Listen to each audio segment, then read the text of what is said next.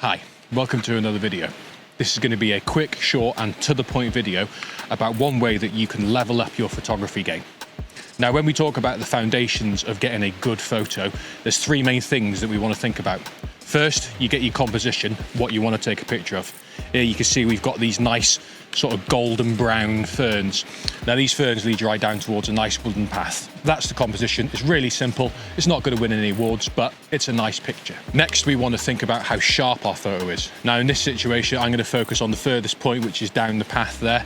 These ferns are going to be out of focus, and I want that because I want it to look like it's from a human perspective. This is through somebody's eye.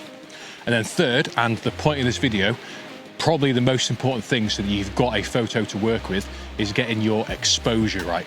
Making sure that there's no patches that are too bright or too dark. Now, one way you can do this, obviously, is by shooting manual. But of course, not everybody really wants to do that. If, like me, you like to be able to take photos really quickly, or you just want to make the use of what is inbuilt in your camera, then quite often you'll shoot in aperture priority mode. That's what I often do, is shoot in aperture priority mode. But sometimes you want to take a little bit more control over what the camera takes. Now, when you want to do that sort of thing, you've got a few options. You can, like I said, swap over into manual mode, or you can use a feature that is quite often overlooked on a lot of cameras, and one that I've been trying to implement more as well. That is the exposure adjustment. Now, on a lot of cameras, they have a dedicated dial to use this. And I hazard a guess that on a lot of cameras, that never gets turned, that dial. On my particular camera, it's on the screen on the back. You just select it. As you select your settings, you just scroll down to whatever you want to adjust your exposure to. Now, you'll notice on there that there's usually numbers. Those are stops of exposure. So if we go down one, that drops the exposure by one stop. It really is that simple. Normally it's split into thirds or quarters of how much you can adjust depending on your camera. But normally I just go by one or two stops either way. Now in this particular situation, we've got a really dark forest floor, but a really bright sky. Now I know that my camera tends to expose for what it's metered for, in this situation in the center.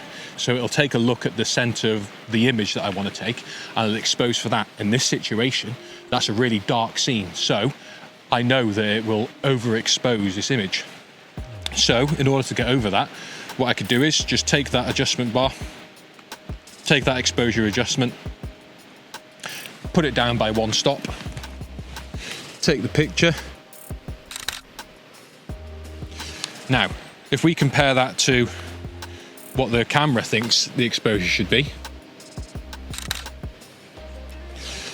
you'll notice that side by side, the raw files, one is much darker than the other. That's because it's exposed differently.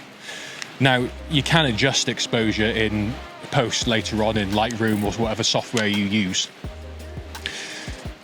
But having the foundation of a really good raw file is really important. You can use that file so much more if your exposure is correct in the first place.